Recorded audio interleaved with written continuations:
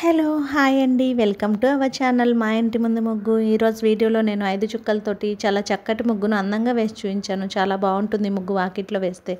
Video చివరి వరకు చూసి మీకు కూడా నచ్చినట్లయితే కనుక మీరు కూడా మీ వాకిట్లో వేసి ట్రై చేయండి, చాలా బాగుంటుంది.